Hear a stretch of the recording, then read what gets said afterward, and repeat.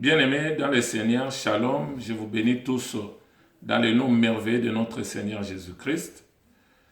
Aujourd'hui, par la grâce de Dieu, nous allons nous entretenir sur un thème très important qui concerne vraiment l'Église du Seigneur. Le thème se porte sur l'importance du baptême dans le Saint-Esprit. Souvent, ça prête confusion entre naître de l'Esprit et être baptisé dans le Saint-Esprit.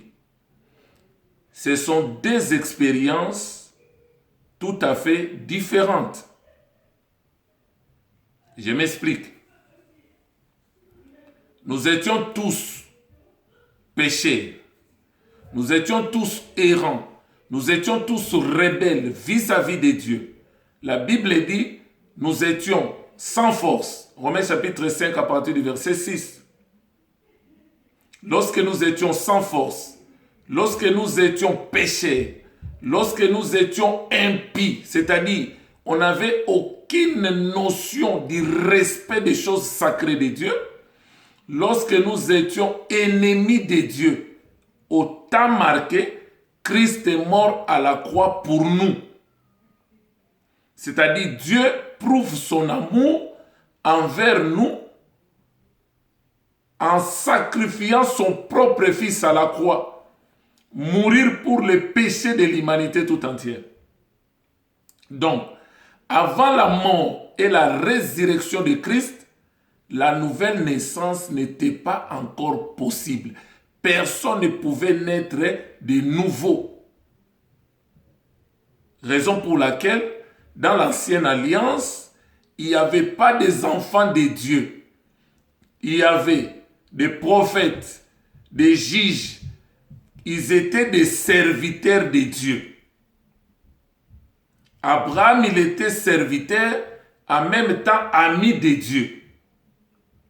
Mais maintenant, nous, dans la nouvelle alliance, nous avons eu le privilège de devenir enfants de Dieu.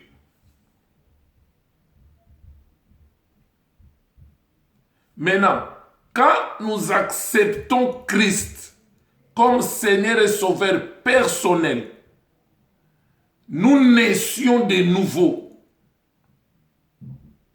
Quand vous prenez l'histoire de Jésus-Christ avec Nicodème, le docteur de la loi, dans l'évangile de Jean au chapitre 3, il lui parlait de la nouvelle naissance.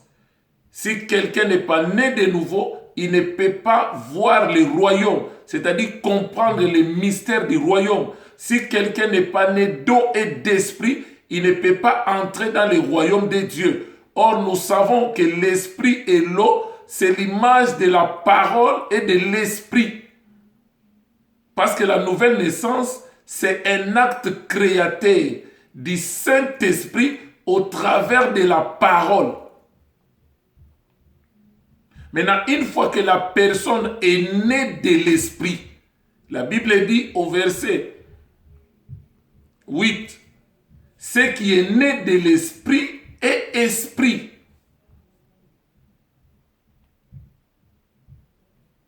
Donc ça, c'est la première expérience. Une fois que la personne est née de nouveau, il est né de l'esprit, il a le salut, il est sauvé. S'il meurt, il ira au paradis. Il a le salut, il est sauvé. Mais maintenant, si cette personne continue à vivre sur la terre, pendant qu'il a fait déjà la première expérience de la nouvelle naissance, il lui faut maintenant le baptême dans le Saint-Esprit. C'est là où nous allons maintenant nous entretenir sur l'importance du baptême dans le Saint-Esprit. Je prends l'évangile de Luc au chapitre 22, les versets 31 jusqu'à 32. Écoute ce que le Seigneur dit à ses disciples. Le Seigneur dit Simon, Simon. Mais pourtant nous savons, au début quand il a pris Simon, il a dit tu ne t'appelleras plus Simon, qui veut dire roseau, quelque chose d'agité. Mais ton nom sera maintenant Céphas, Pierre. Mais ici, Christ ne l'appelle pas Pierre, il l'appelle Simon. Donc c'était pour dire, tu n'es pas encore converti. Tu es encore naturellement enfant du diable.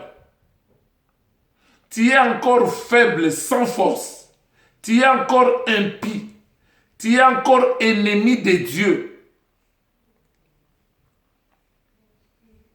Simon, Simon, Satan vous a réclamé. Ici, c'est normal que Satan réclame. Il réclame pourquoi? Parce que les hommes, nous avons tous été déchus. Tous ont péché et nous étions privés de la gloire du Seigneur. Nous étions tous ennemis de Dieu. Tous les hommes. Donc c'est tout à fait normal que Satan réclame encore des choses parce qu'on lui appartenait.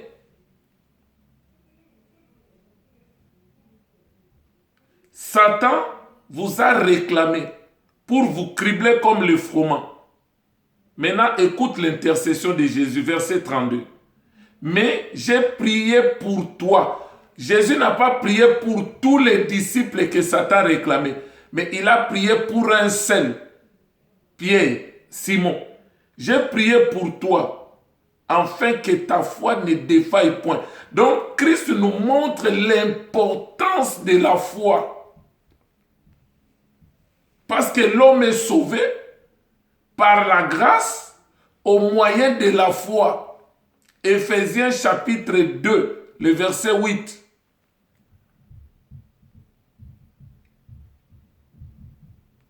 Il dit, afin que ta foi ne défaille point. Et toi, quand tu seras converti, affermis tes frères. Donc Pierre ne peut pas affermir les frères s'il n'est pas encore converti.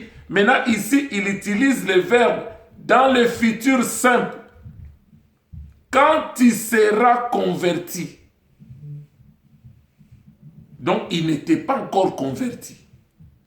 C'est pourquoi, bien-aimés, vous ne pouvez jamais être impressionné quand vous voyez quelqu'un en train de faire des miracles, en train de chasser les démons, en train de guérir des malades, en train de faire des choses. Ça ne doit pas vous étonner. Parce que les disciples l'ont fait avant même leur nouvelle naissance. Et parmi les disciples, nous savons aussi qu'il y avait Judas Iscariote.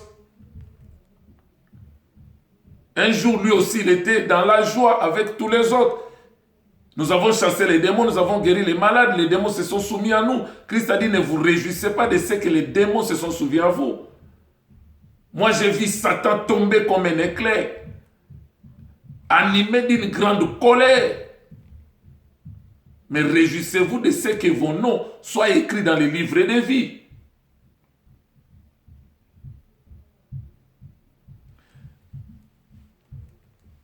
« 1 Corinthiens, chapitre 15. Je prends le verset 12. Je prends le verset 12 à 24, mais je vais lire quelques versets. Écoute ce que l'apôtre Paul dit. Là, c'est pour comprendre que quand Christ n'était pas encore mort, la nouvelle naissance n'était pas encore possible et personne ne pouvait devenir enfant de Dieu. Nous devenons enfants de Dieu au moment où Christ est mort, enseveli et ressuscité. C'est là l'apôtre Paul nous explique. Il dit, or, si l'on prêche que Christ est ressuscité des morts, comment quelques-uns parmi vous disent-ils qu'il n'y a point de résurrection des morts? S'il n'y a point de résurrection des morts, Christ non plus n'est pas ressuscité. Et si Christ n'est pas ressuscité, écoute maintenant ce qui est vain. Notre prédication est donc vaine. Et votre foi aussi est vaine.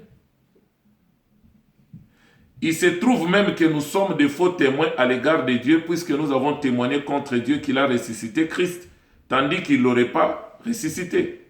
Si les morts ne ressuscitent point, car si les morts ne ressuscitent point, Christ non plus n'est pas ressuscité.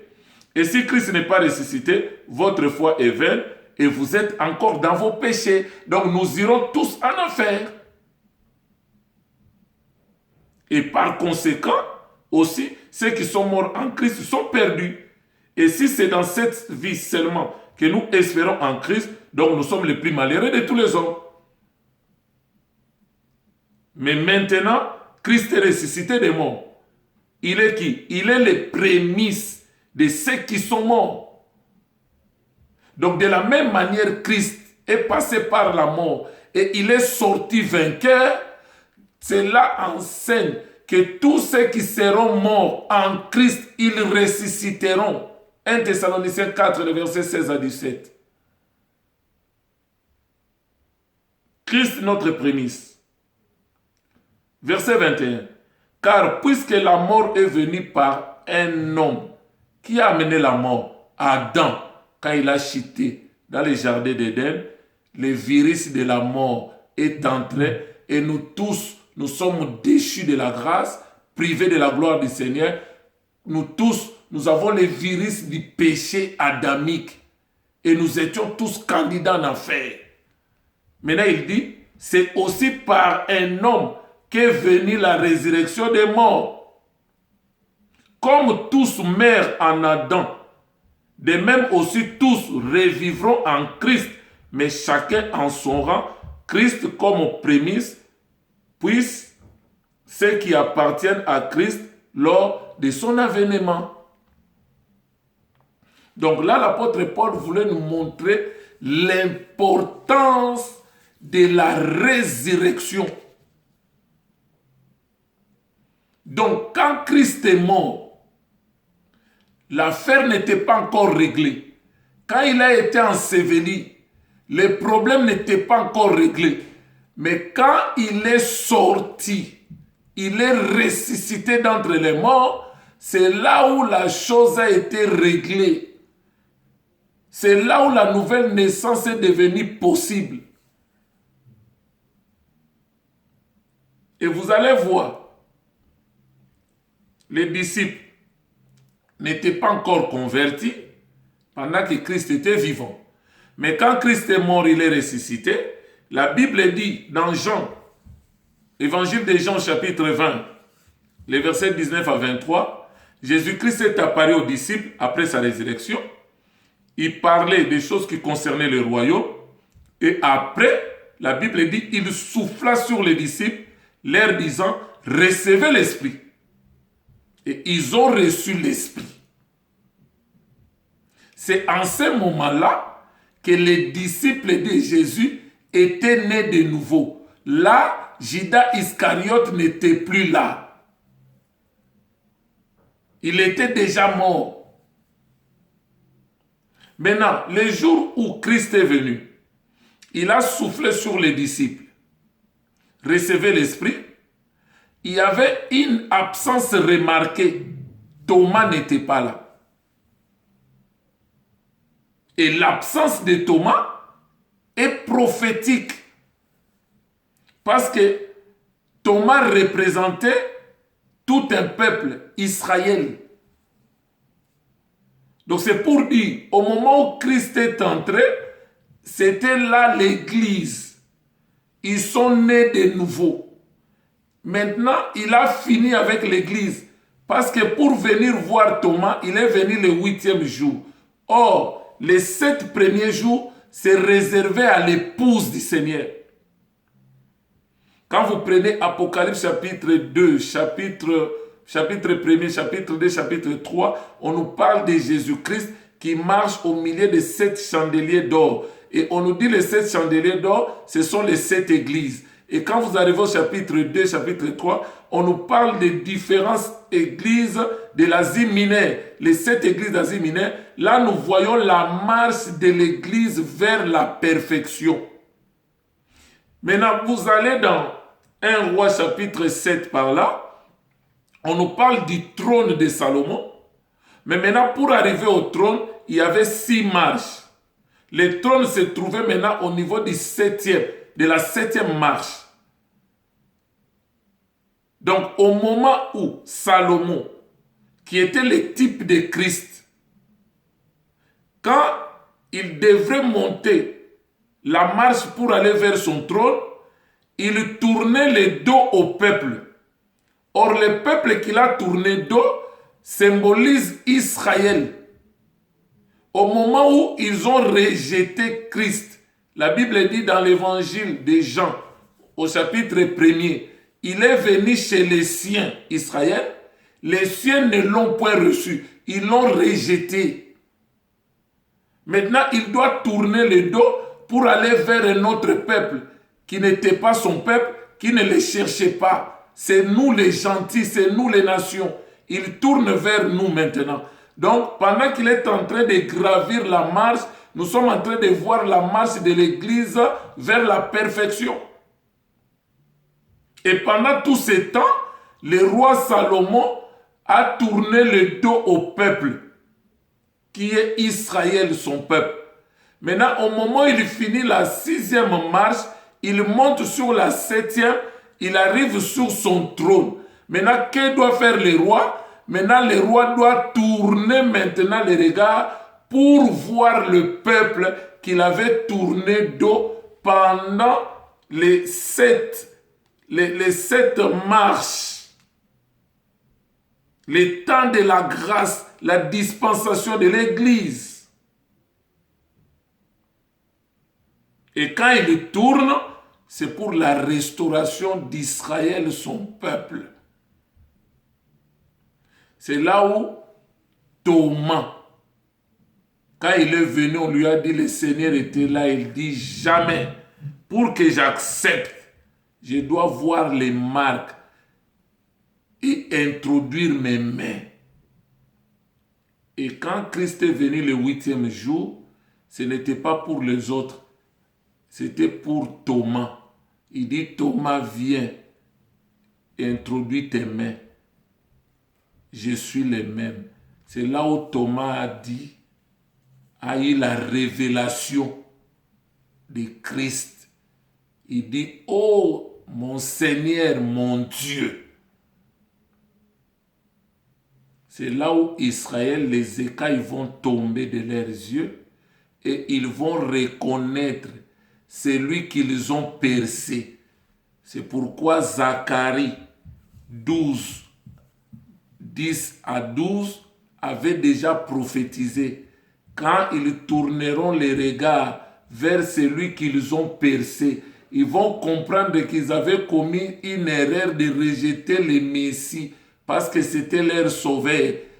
Ésaïe 35, le verset 4 à 6 nous dit, Israël, ton sauveur, ton Dieu viendra lui-même et il te sauvera.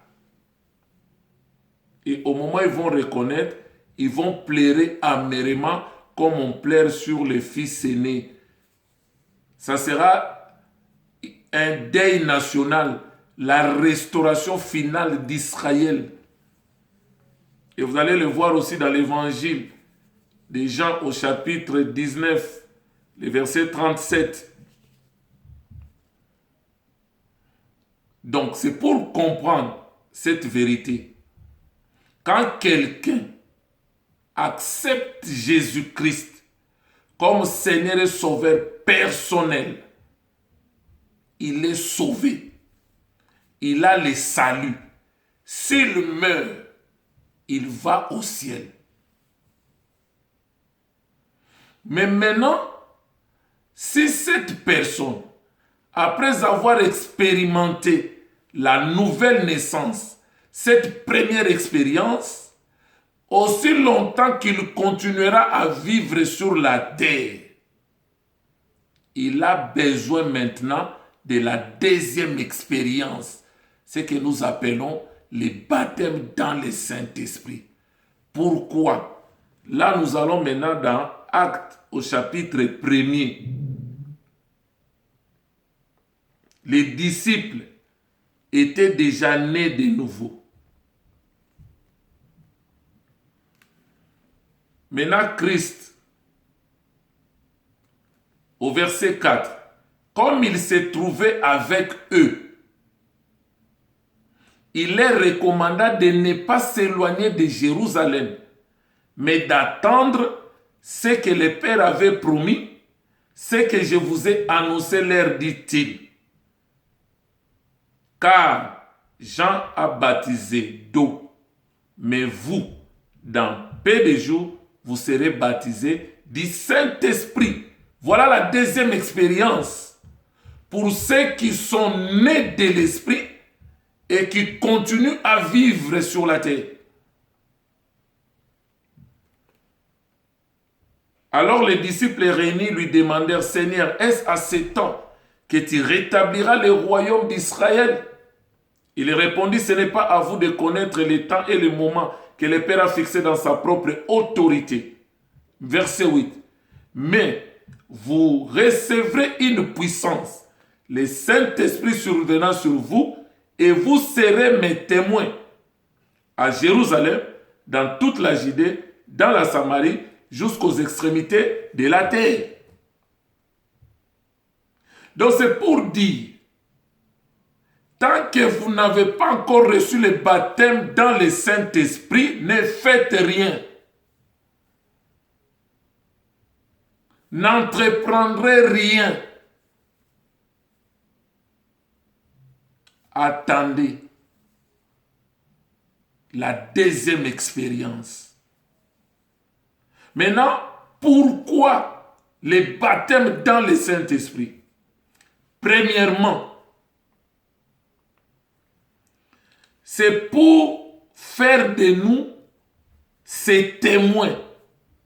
Or, les témoins vient de la racine du mot martyr, c'est-à-dire être prêt à mourir pour Jésus, à mourir pour l'évangile. Et vous allez voir que Simon-Pierre, avant sa conversion, il avait peur d'annoncer Christ. Il avait peur de la mort. On a dit, toi aussi tu étais avec lui. Il a renié 3 fois le Seigneur. Parce qu'il n'était pas encore baptisé dans le Saint-Esprit. Il ne pouvait pas accepter qu'il soit martyr. Il a renié, il dit, hé femme, je ne connais pas cet homme. On dit, mais le langage, votre façon de parler, c'est comme ses disciples disent, je ne connais pas cet homme, madame. Mais le jour de la Pentecôte, dans Actes au chapitre 2, la Bible dit, ils étaient tous ensemble. Après, il y a eu des bruits, comme d'un vent impétueux. La maison où ils étaient fut remplie. Ils étaient tous remplis de la puissance du Saint-Esprit. Ils commençaient à parler en langue et à prophétiser. Maintenant, les gens qui venaient séjourner à Jérusalem, les Juifs qui se disaient pieux, ils se sont dit, mais ces gens sont ivres. Et la Bible dit, l'apôtre Pierre s'est présenté avec les 11. Il a pris la parole. Là, il n'était pas encore, il ne pouvait pas avoir peur. Là, il était devenu témoin de Jésus. Voilà la première des raisons du baptême dans le Saint-Esprit. Pour faire de nous des témoins de Christ. Nous témoignons ce que nous avons vu et ce que nous avons entendu. C'est ça les apôtres, ce qu'ils disaient. Mais maintenant, l'apôtre Paul dit quoi? Lui, il témoigne ce qu'il a reçu par la révélation. Donc, être disciple de Jésus, devenir témoin de Christ, tu dois être prêt à tout. La Bible dit dans Matthieu 24, on vous livrera au tourment, on vous fera mourir, vous serez haïs de toutes les nations à cause de mon nom. Mais tenez bon parce que j'ai vaincu et vous aussi vous vaincrez. Il dit, ne craignez pas, celui qui peut détruire seulement le corps, mais qui ne peut détruire l'âme et l'esprit. Mais craignez Dieu au contraire parce que Dieu peut détruire et l'esprit et l'âme. Mais l'homme ne peut pas détruire ton esprit ni l'âme. L'homme peut détruire le corps.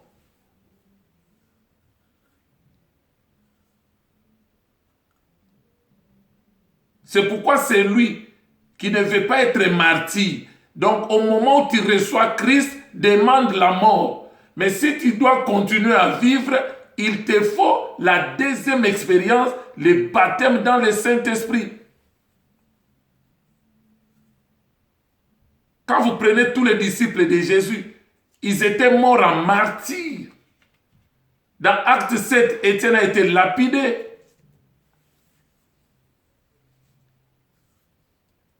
L'apôtre Paul, lapidé. À maintes reprises.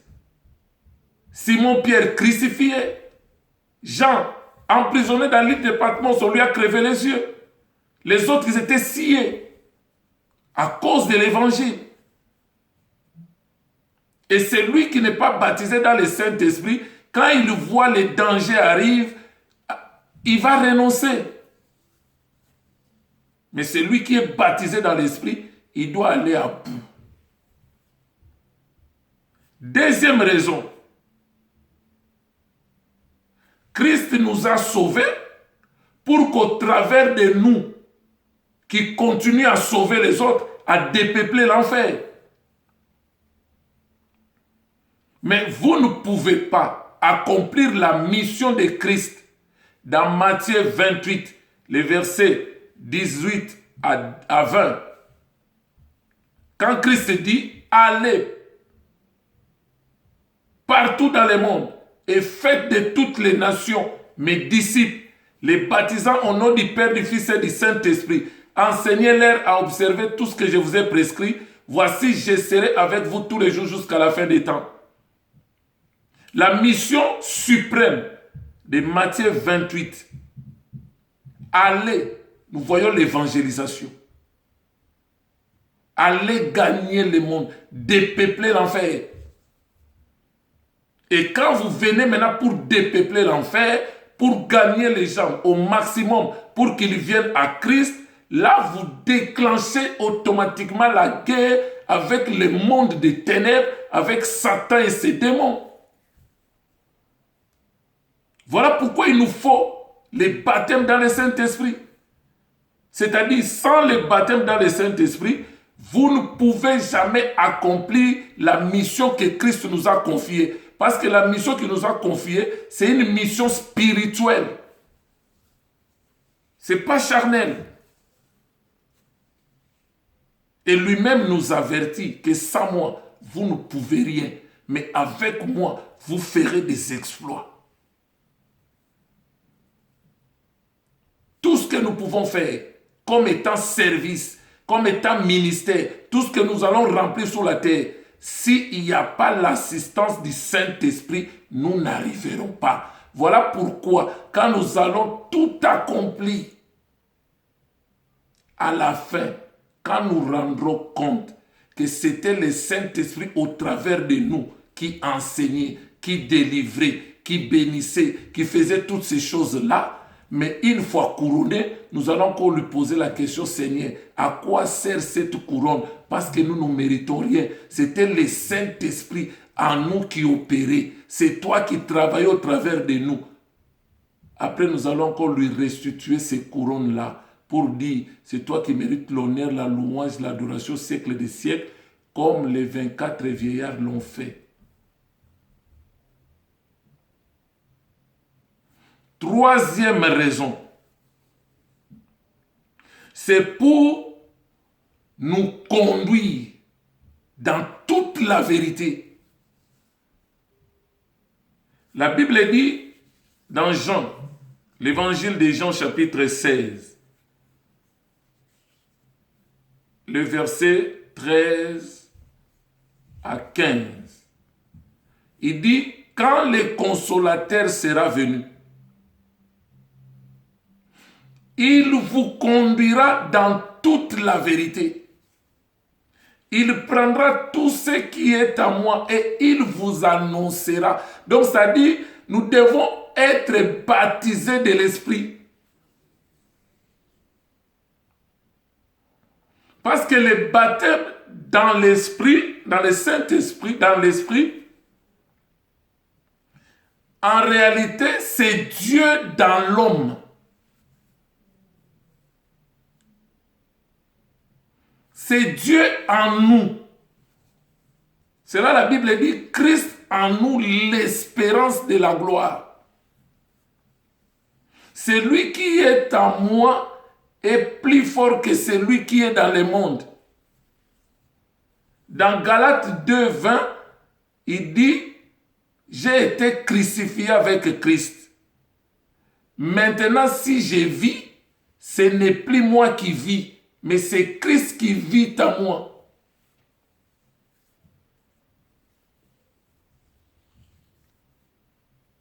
Un jour, après la résurrection de Christ, dans l'évangile de Jean, au chapitre 21, le verset 15 à 19, Christ disait à Pierre, il dit, quand tu étais jeune, tu t'habillais toi-même. Tu faisais tout ce que tu voulais. Tu pouvais aller où tu voulais. Mais un jour viendra, tu deviendras vieux. Un autre te conduira et il t'amènera là où tu n'as pas voulu. Donc c'est pour nous dire, nous avons besoin de la plénitude de l'Esprit, de la puissance du Saint-Esprit pour que le Saint-Esprit nous conduise dans toute la vérité, que le Saint-Esprit nous communique la révélation du Fils. Mais maintenant, pour que le Saint-Esprit nous conduise, il faut que nous puissions lui laisser les champs libres. Mais la plupart des cas, nous voulons faire du Saint-Esprit notre associé. Or, si nous le faisons associé, c'est comme pour dire, lui aussi peut donner une suggestion, toi maintenant ton associé, tu peux aussi dire non. Pourtant, nous devons lui laisser les champs libres, qu'il opère dans la liberté totale. C'est-à-dire, nous devons effacer notre volonté. C'est là où il dit à Pierre, quand tu deviendras vieux, un autre te conduira.